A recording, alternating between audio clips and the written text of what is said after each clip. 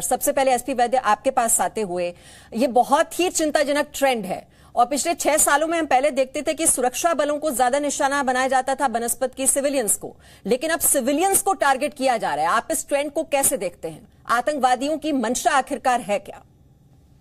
देखिए, ये जो नई रणनीति आईएसआई की इंस्ट्रक्शन में पार से टेररिस्ट को आई है कि किस तरह से सॉफ्ट टारगेट्स को चुना जाए, चाहे वो बिंद्रू की किलिंग हो, जो कृष्णा ढाबा वाले की किलिंग हो, आपका जो बांदीपुर में कल उसको यूनियन प्रेसिडेंट था मेटाडोर का, उसको मारा, या एक रेडी वाला जो बिहार का था उसको मारा, या अभी ये 2 टीचर्स को मारा। कश्मीर में आम आदमी टीचर्स की बहुत इज्जत करता है और खासकर जो कश्मीरी पंडित और ये टीचर हैं, इनकी बड़ी आम आदमी बहुत ही इज्जत करता है और दिल से उनको चाहते हैं। और एक प्राइम मिनिस्टर के प्रोग्राम के तहत माइग्रेंट्स को जो वैकेंसीज खाली थी कश्मीर में, उनको वहां लगाने की कोशिश की गई है और ये उसके लिए भी एक चैलेंज, नई चुनौती बनेगी। और इसको जैसे आपके संवाददाता बोल रहे थे, कुछ दिनों के बाद ऑनरेबल होम मिनिस्टर का विजिट भी है, तो ये उस तरफ भी एक इशारा हो सकता है कि उनके आने से पहले इसका टेम्पो रेज किया जाए। अब टेररिस्ट जो हैं वो टॉप लीडरशिप एलिमिनेट हो चुकी है, उनमें इतनी हिम्मत नहीं है कि फोर्सेस को फेस कर सकें, तो वो सॉफ्ट टारगेट्स ढूंढ रहे हैं, सिविलियंस को, टीचर्स को, मेडिकल शॉप वाले को, या ऐसे लोगों को जिनको टारगेट करना बहुत आसान है और छोटे वेपन के इस्तेमाल करके आप इनको कर सकते हैं। तो ये एक नई रणनीति के साथ पाकिस्तान करवा रहा है ताकि यहाँ एस्केलेट किया जाए लेवल, फेयर का, डर का और ये जो खौफ है उसका लेवल बढ़ाया जाए। और जो माइनॉरिटी है, एक हार्ड लाइन जो पॉलिसी है रेडिकल इस्लाम की, उसके तहत वहां से जो बचे कुचे माइनॉरिटीज रह गए हैं उनको भी पर्ज किया जाए कश्मीर से। ये उस रणनीति के तहत किया जाए। जी, जैसा आपने कहा वैद्य साहब की जो टॉप लीडरशिप है इनकी, वो तो एलिमिनेट हो चुकी है और टीआरएफ जिसने इस हमले की जिम्मेदारी ली है, उसी से जुड़े हुए अब्बास शेख की भी हत्या कर दी गई थी, उसको भी मौत के घाट उतार दिया था सुरक्षा बलों ने। तो ये जो द रेजिस्टेंस फ्रंट है, ये तो लश्कर का ही फ्रंट माना जाता है, तो ये किस तरह से वहां पर फिर ओवरग्राउंड वर्कर्स हैं जो इस तरह से हमलों को अंजाम दे रहे हैं? हो क्या रहा है दरअसल? बिल्कुल ऐसा है कि सिर्फ नाम डिफरेंट दिया गया है। रेसिस्टेंस फ्रंट है, ये लश्कर का ही उसी का एक अंग है और ये इसमें इनके पास बहुत सारे OGWs होते हैं, अपर ग्राउंड नेटवर्क है, उसको आप डिनाई नहीं कर सकते। कश्मीर में काफी OGW नेटवर्क होता है और उसको इस्तेमाल करके सॉफ्ट टारगेट्स को चुना जाता है और उनको फिर टारगेट किया जाता है, और ताकि एक माहौल फेयर का और डर का पैदा किया जाए और सिक्योरिटी फोर्सेस को बैक फुट पे किया जाए।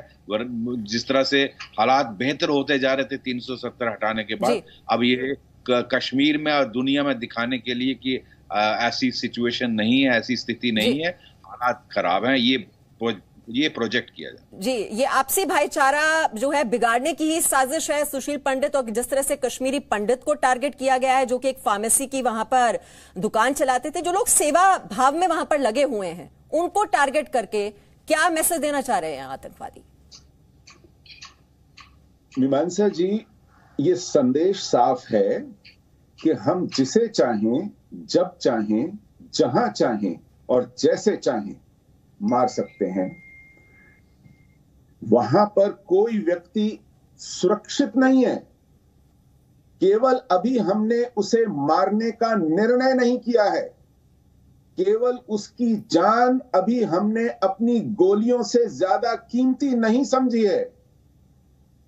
केवल यही बात वो बतलाना चाह रहे हैं। जिस दिन उनको लगेगा कि हमारी गोलियों की कीमत उसकी जान से कम है, उस दिन वो किसी की भी जान ले सकते हैं। ये आपको साफ साफ बता रहे हैं और ये आपकी उस नीति की पोल खोलता है जिसमें आप सुबह शाम क्रिकेट के स्कोर की तरह बताते हैं, बहस करते हैं कि देखिए अब कितने लोग मरे, तब कितने लोग मरते थे, अब कितने आक्रमण हुए, तब कितने आक्रमण होते थे। देखिए अब कितने एनकाउंटर हुए, तब कितने एनकाउंटर होते थे, अब कितनी पत्थरबाजी हुई, तब कितनी पत्थरबाजी होती थी। इन्होंने बतला दिया कि जिस दिन हम करना चाहते हैं हम कर देंगे, पत्थरबाजी करनी हो पत्थरबाजी करेंगे, मारना हो मारेंगे, एनकाउंटर करना हो एनकाउंटर करेंगे। हमारे पास जमीन पर काबिलियत है, सक्षमता है, केवल हमारे निर्णय करने की देरी है। लेकिन हमारी नीति कश्मीर में क्या है? रोजगार, विकास, निवेश, टूरिज्म। आप अभी तक नहीं समझ पा रहे हैं या समझा पा रहे हैं कि वहां पर आपके खिलाफ जिहाद है। जिहाद जो आपके 80,000, 1 लाख करोड़, 50 लाख करोड़ के पैकेज से इंप्रेस नहीं होता है, वो आपकी जान लेके छोड़ता है। आज तक आप कह रहे हैं कि 370 हटा दिया, चलिए चलिए बोरिया बिस्तर बांधिए, घर चलिए। जो वहां 30-30, 40-40 साल से जिहाद के बीच में रह रहे हैं वो बंधक है, बंधक।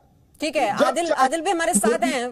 कश्मीर जा सकती है जी, आदिल हमारे साथ हैं। आदिल, आप कश्मीरियत की बात करते हैं ना, ये कश्मीरियत को ही निशाना बनाया जा रहा है। ये आम नागरिक, इनका क्या कसूर? कोई स्ट्रीट वेंडर है, कोई अपना ढाबा चला रहा है और आतंकवादी उन्हीं को निशाना बना रहे।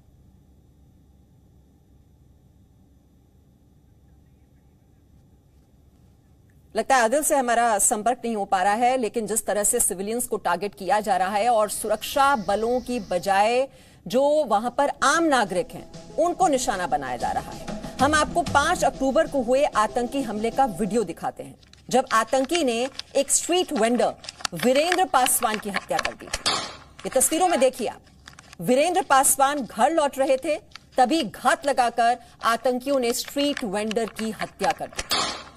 वीरेंद्र पासवान बिहार के रहने वाले थे। यह वीडियो हम आपको बता दें, खुद आतंकी संगठन आईएसआईएस ने जारी किया है, जिसमें आतंकी ये हमला करते हुए दिखाई दे रहे हैं। तो ये स्ट्रीट वेंडर को निशाना बनाया गया। ये 5 अक्टूबर का वीडियो है। एसपी वैद्य जी, ये आईएसआईएस उन्होंने खुद ये वीडियो जो है जारी किया है और इस हमले की जिम्मेदारी ली है, स्ट्रीट वेंडर वीरेंद्र पासवान पर यह हमला करते हुए।